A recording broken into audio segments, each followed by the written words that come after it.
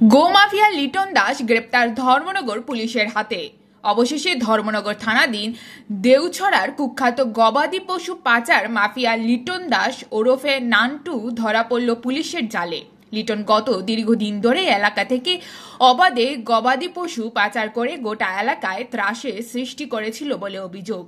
আর তার নামে পুলিশের খাতায় একাধিক অপরাধ জনিত মামলা লিপিবদ্ধ থাকারও খবর পাওয়া গেছে, কিন্তু নানা কারণে তাতে দীর্ঘদিন ধরে পাকড়াও করতে হিমশিম খাচ্ছিল পুলিশ। অবশ্যই গোমাফিয়া কুখ্যাত লিটনকে গ্রেপ্তার করতে সক্ষম হন ধর্মনগর থানার নবনিযুক্ত ওসি হিমাদ্রি সরকার। লিটনকে তার বাড়ি থেকে গ্রেপ্তার করে ধর্মনগর থানায় নিয়ে আসা হয়।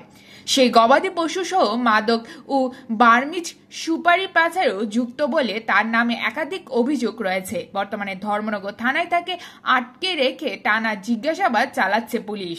ধৃতকে বুধবার জেলা সিজিএম আদালতে সোপর্দ করা হবে বলে জানিয়েছে পুলিশ।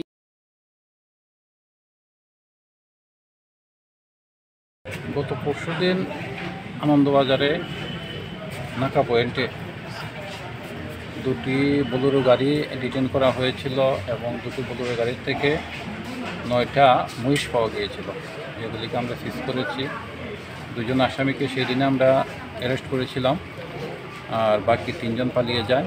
3জনের মধ্যে একজনকে আজকে অ্যারেস্ট করা হয়েছে, কালকে কোর্টে প্রডিউস করা হবে। স্যার, তার বিরুদ্ধে তো একাধিক অভিযোগ রয়েছে যে সে যুক্তরাষ্ট্রীয় পাচার কার্যের সাথে জড়িত। সেই সম্বন্ধে দেখো, আমরা অন্যান্য পিএসকে আমরা মেসেজ দেবো, দেখবো তার বিরুদ্ধে কী কী এভিডেন্স আছে, কোন কোন থানাতে কী কী কেস আছে। রিপোর্ট জনদর্পণ।